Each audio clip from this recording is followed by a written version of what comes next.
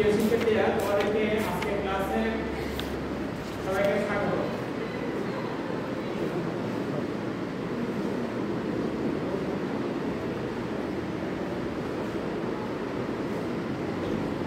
আজকে ক্লাসে আছে আমি রসায়ন বিজ্ঞান প্রভাষণ ইতিহাস বিষয় ইসলাম ফিলোসফি ডিগ্রি কলেজ।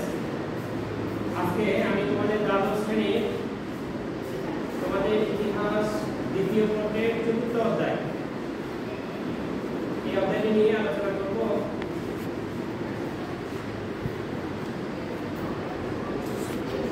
তোমরা এখানে নিশ্চয়ই স্কুলে কিছু দেখতে পাচ্ছ, তাই না?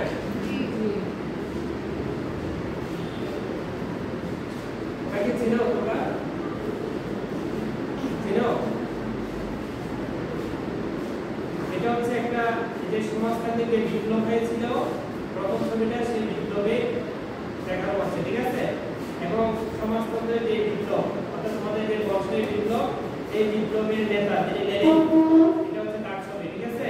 তাহলে আজকে আমাদের ক্লাসে আলোচনা বিষয় হচ্ছে বিশ্বকাপ ঐতিহাসিক রুশ বিপ্লব, যেটাকে আমরা বর্ষের বিপ্লব 1917 হিসেবে জেনে থাকি, ঠিক আছে?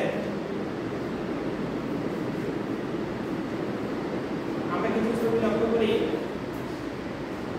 এই দেখো, উনি হচ্ছে বর্ষের বিপ্লবে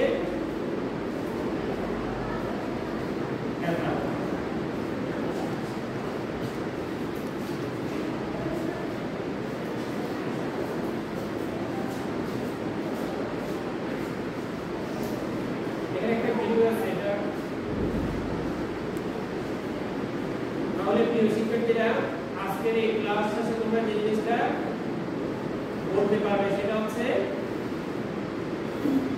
বর্ষের বিপ্লব কি, এর প্রেক্ষাপট বলতে পারবে। তারপর বর্ষের বিপ্লবের কারণ কি ছিল তা বলতে পারবে। তারপর বর্ষের বিপ্লবের ফলাফল ব্যাখ্যা করতে পারবে। তাহলে দেখো, বর্ষের বিপ্লবটা হচ্ছে 1917 খ্রিস্টাব্দে যে বিপ্লবের মধ্য দিয়ে রাশিয়ার জারতন্ত্রের অবসান ঘটে এবং সমাজতান্ত্রিক রাশিয়া প্রতিষ্ঠিত হয়, তাই বলশেভিক বিপ্লব নামে খ্যাত বা পরিচিত। এরপরে দেখো, রুশ বিপ্লব বা বলশেভিক বিপ্লবের তিনটি পর্যায়। কয়টা পর্যায়? তিনটি পর্যায়। একটা হচ্ছে 1905 খ্রিস্টাব্দের বিপ্লব, যেটাকে রক্তাক্ত রবিবার, জারতন্ত্রের অবক্ষয়ের সূচনা। 1917 খ্রিস্টাব্দের মার্চ বিপ্লব, জারতন্ত্রের অবসান। অস্থায়ী বুর্জোয়া প্রজাতান্ত্রিক সরকারের প্রতিষ্ঠা ও ব্যর্থতা, লেনিনের নেতৃত্বের ঘোষণা। 1917 খ্রিস্টাব্দে লেনিনের নেতৃত্বে নভেম্বর বা বলশেভিক বিপ্লব এবং রাশিয়ার সমাজতন্ত্রের কি প্রতিষ্ঠা। এরপরে দেখো, ঐতিহাসিক প্রেক্ষাপট, বলশেভিক বিপ্লবের ঐতিহাসিক কি প্রেক্ষাপট, সেটা হচ্ছে রুশ বিপ্লব হচ্ছে বলশেভিক বিপ্লব এবং অক্টোবর বিপ্লবের সমন্বিত রূপ।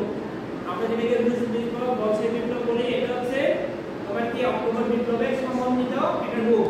1917 সালে 8 মার্চ বিশ্ব নারী দিবসের দিন নারীরা তাদের অধিকার আদায়ের দাবিতে রাজপথে নেমে আসে। পরের দিন তাদের সঙ্গে যোগ দেন শ্রমিকরা। 1917 সালে 7 নভেম্বর লেনিনের নেতৃত্বে সংগঠিত হয় বিশ্বের অন্যতম আলোচিত রুশ বিপ্লব, যার স্থায়িত্ব ছিল 10 দিন। রুশ বিপ্লবের সঙ্গে থেকে নেতৃত্ব দেন লেনিন। বলশেভিক দল এই জন্য রুশ বিপ্লবের আরেক নাম বলশেভিক বিপ্লব। তাছাড়া তৎকালীন সময়ে ইংরেজি ক্যালেন্ডার পাশাপাশি রাশিয়াতে প্রচলিত ছিল রুশ ক্যালেন্ডার। 1917 সালের 7 নভেম্বর রুশ ক্যালেন্ডার অনুযায়ী ছিল 25 অক্টোবর। এই জন্য রুশ বিপ্লবের আরেক নাম কি? অক্টোবর বিপ্লব। ঠিক আছে, মনোযোগ সহকারে দেখো।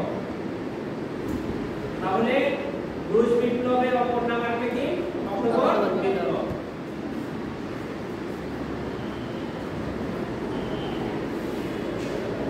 তাহলে তোমাদের এই যে আমি যেগুলো আলোচনা করেছি, তোমাদেরকে আমি যদি একটা কাজ দিই যে রুশ বিপ্লব কি ব্যাখ্যা করো, আশা করি তোমরা সেটা লিখতে পারবে।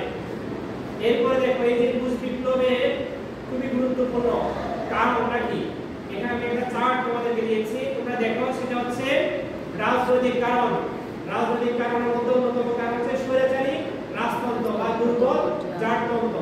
এরপরে সামাজিক কারণ, যেটা হচ্ছে অনগ্রসর সমাজ, রুশীকরণ নীতি। তারপর হচ্ছে অর্থনৈতিক কারণ, যেটা হচ্ছে কৃষক শ্রমিকদের দুরবস্থা, যেটা 1891 থেকে 1892 খ্রিস্টাব্দে মন্বন্তরের মুদ্রাস্ফীতি। সাহিত্যিক ও দার্শনিকদের অবদান, সেখানে মধ্যে উল্লেখযোগ্য সাহিত্যিক